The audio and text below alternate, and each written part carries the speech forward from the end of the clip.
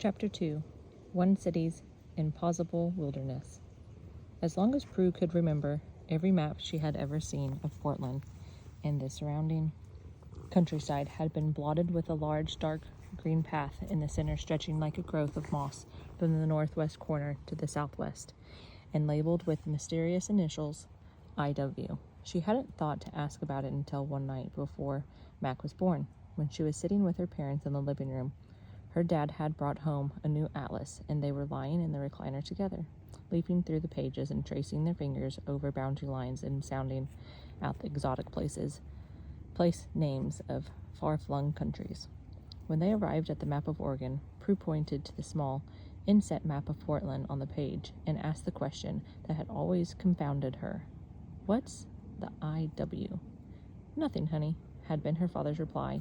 He flipped back to the map of Russia they had been looking at moments before. With his finger, he traced a circle over the wide northeastern part of the country, where the letters of word Siberia obscured the map. There was no city names here, no networks of wandering yellow lines demarking highways and roads, only vast puddles, all shades of green and white, and the occasional squiggly blue lines linking the Madrid remote lakes that peppered the landscape. There are places in the world where people just don't end up living. Maybe it's too cold, or there are too many trees, or the mountains are too steep to climb, but whatever the reason, no one has thought to build a road there, and without roads there are no houses, and without houses, no cities. He flipped back to the map of Portland and tapped his finger against the spot where IW was written.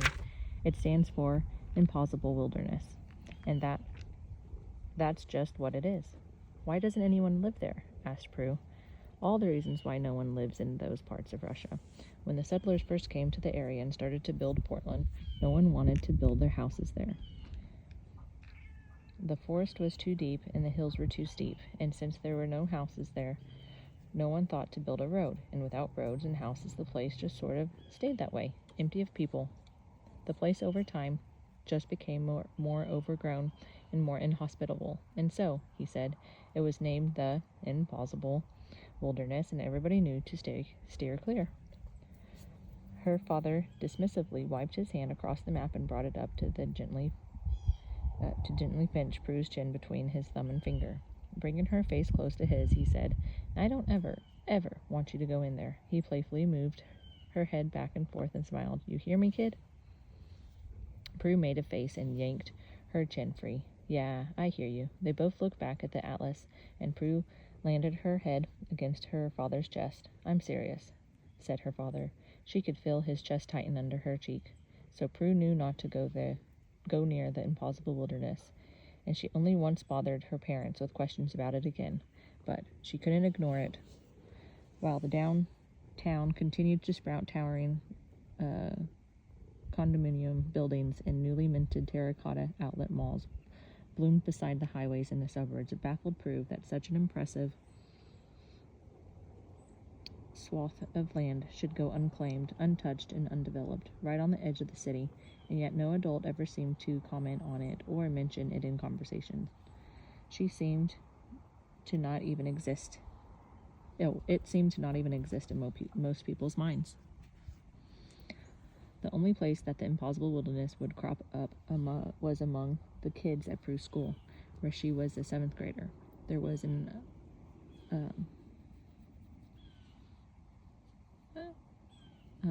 prothical tale told by the other students about a man so-and-so's uncle, maybe, who had wandered into IW by mistake and had disappeared for years and years. His family over time forgot about him and continued on with their lives until one day, out of the blue, he reappeared on their doorsteps. He didn't seem to have any memory of the intervening years, saying only that he'd been lost in the woods for a time and that he was terribly hungry. Prue had been suspicious of the story from her first hearing. The identity of this man seemed to change from telling to telling. It was someone's father in one version, a wayward cousin in another. Also, the details shifted in each telling. A visiting high school kid told a group of Prue's rapt classmates that the individual, in this version, the kid's older brother, had returned from his weird sojourn in the impossible wilderness, aged beyond belief, with a great white beard and stretched down to his tattered shoes. Regardless of the questionable truth of these stories, it became clear to Prue that most of her classmates had had similar conversations with their parents as she had had with her father. The subject of the wilderness filtered into their play superstitiously. What once was a lake of poisonous lava around the four-squared court was now the impossible wilderness, and woe betide anyone who missed a bounce and was forced to scurry after the red rubber ball into those wilds.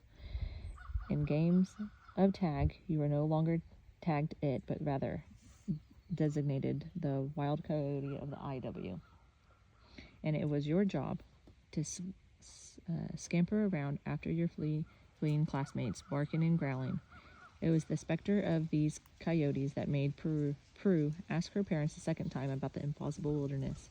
She had been awakened one night in a fright by the unmistakable sound of baying dogs. Sitting up in bed, she could hear that Mac, then 4 months old, had woken as well and was being quietly shushed by her parents as he wailed and whimpered in the next room. The dog's baying was a distant echo, but it was bone-shivering nonetheless. It was a tuneless melody of violence and chaos, and as it grew, more dogs in the neighborhood took up the cry.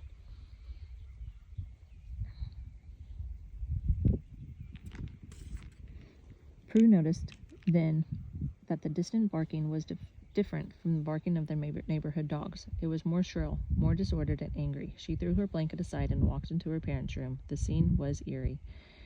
Mac had quieted a little at this point, and he was being rocked in his mother's arms while their parents stood at the window, staring unblinkingly out over the town at the distant western horizon. Their faces paled and frightened. "What's the sound? What's that sound?" Prue asked, walking to the side of her parents. The lights of the St. John spread out before them, an array of flickering stars that stopped at the river and dissolved into blackness. Her parents started when she spoke, and her father said, "Just some old dogs howling, but further away." Asked Prue. "That doesn't sound like dogs." Prue saw her parents share a glance, and her mother said, "In the woods, darling, there are some pretty wild animals. That's probably a pack of coyotes, wishing they could tear into someone's garbage somewhere, but not to worry about it." She smiled. The baying eventually stopped, and the neighborhood dogs calmed, and Prue's parents walked her back into her room and tucked her into bed. That had been the last time the impossible wilderness had come up, and it hadn't put Prue's curiosity to rest. She couldn't help feeling a little troubled. Her parents, normally 2 founts of strength and confidence, seemed shaken by the noises. They seemed as leery of the places as Prue was. And so one can imagine Prue's horror when she witnessed the black plume of crows disappear, her baby brother in tow, into the darkness of the impossible wilderness. The afternoon had faded nearly completely, the sun dipping down low behind the hills of the wilderness, and Prue stood transfixed. Slack-jawed on the edge of the bluff, a train engine trundled by below her and rolled across the railroad bridge. Passing low over the brick and metal buildings of the industrial wastes, a breeze had picked up. Prue shivered beneath her peacoat. She was staring at the little break in the tree line where the crows had disappeared. It started to rain. Prue felt like someone had bored a hole in her stomach the size of a basketball.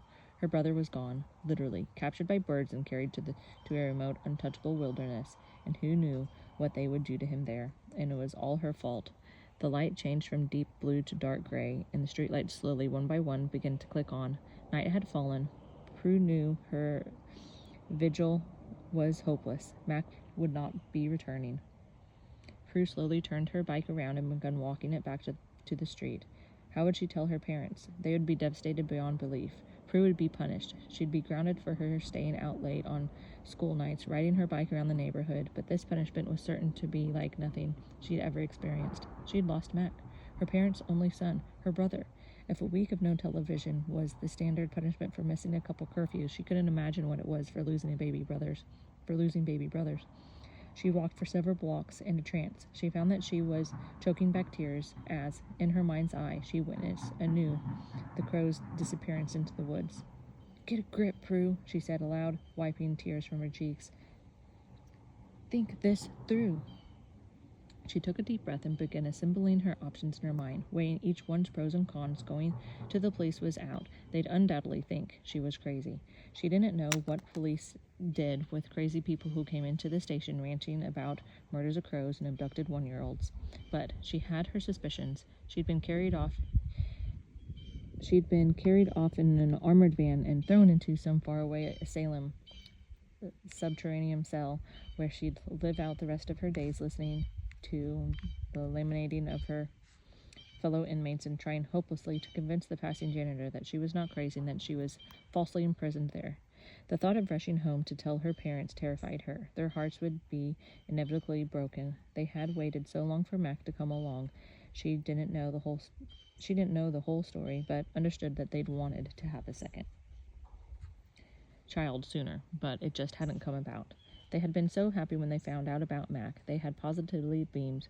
The entire house had felt alive and light. No, she couldn't be the one to break this terrible news to them. She could run away. This was a legitimate option. She could jump on one of those trains going over the railroad bridge and split town and travel from city to city doing odd jobs and telling fortunes for a living. Maybe she'd even meet a little golden retriever on the road who'd become her closest companion, and they'd ramble the country together, a couple of gypsies on the run, and she'd never have to face her parents or think about her dear departed brother again. Prue stopped in the middle of the sidewalk and shook her head dolefully. What are you thinking? She imprimanded herself. You're out of your mind. She took a deep breath and kept walking, pushing her bike along. A chill came over her as she realized her only option. She had to go after him.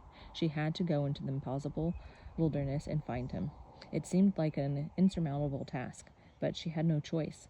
The rain had grown heavy and was pelting down on the sidewalks and the streets, making huge puddles, and the puddles became choked with flortas of dead leaves. Prue devised her plan, carefully gauging the dangers of such an adventure. The chill of evening was draping over the rain-swept neighborhood streets. It would be unsafe to attempt the trip in the dead of night. I'll go tomorrow, she thought, unaware that she was mumbling some of the words aloud. Tomorrow morning, first thing. Mom and Dad won't even have to know how to keep them from finding out. Her neck sank as she arrived at the scene of Mac's abduction, the playground. The play structure was abandoned in the sleeting rain, and Mac's little red wagon sat on the asphalt, a heap of soggy blankets sitting inside, collecting water. That's it, said Prue, and she ran over to the wagon, kneeling down on the wet pavement. She tottered to mold the sopping blanket into the form of a swaddled baby. Standing back, she studied it. Plausible, she said. She had started to attach the wagon to the back axle of her bike when she heard a voice call. Hey, Prue. Prue stiffened and looked over her shoulder. Standing on the sidewalk next to the playground was a boy, incognito, in a matching rain slicker and pants. He pulled the hood back on his slicker and smiled. It's me, Curtis, he shouted and waved. Curtis was one of Prue's classmates. He lived with his parents and his 2 sisters just down the street from Prue. Their desks at school were 2 rows apart. Curtis was constantly getting in trouble with their teacher for spending school time drawing pictures of superheroes and various scrapes with their anemones. His drawing's obsession also tended to get him in trouble with the classmates, since most kids had abandoned superhero drawing years before, if they hadn't abandoned drawing altogether. Most kids devoted their drawing talent to sketching band logos on the paperback coverings of their textbooks.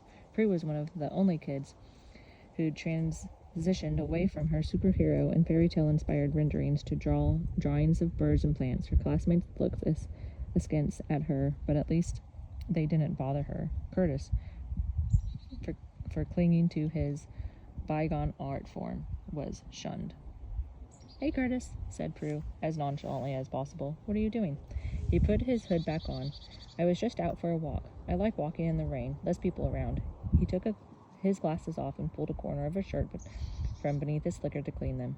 Curtis's round face was topped with a mass of curly black hair that sprang from beneath his slicker hood like little coils of steel wool. Why were you talking to yourself? Prue rose. What? You were talking to yourself just back there. He pointed in the direction of the bluff as he squinted and put his black glasses back on. I was sort of following you, I guess. I meant to get your attention earlier, but you looked so distracted. I wasn't, was all Prue could think to say.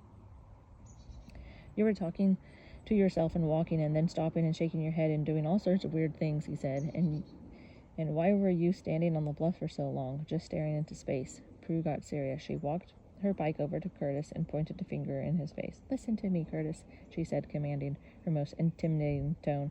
I've got a lot on my mind, and I don't need you bothering me right now, okay? To her relief, Curtis appeared to be easily intimidated. He threw up his hands and said, Okay, I was just curious is all. Well, don't be, she said. Just forget everything you saw, all right? She started to push her bike away towards home as she straddled the bike seat and put her feet on the toe clips. She turned to Curtis and said, I'm not crazy, and she rode off. End of chapter 2.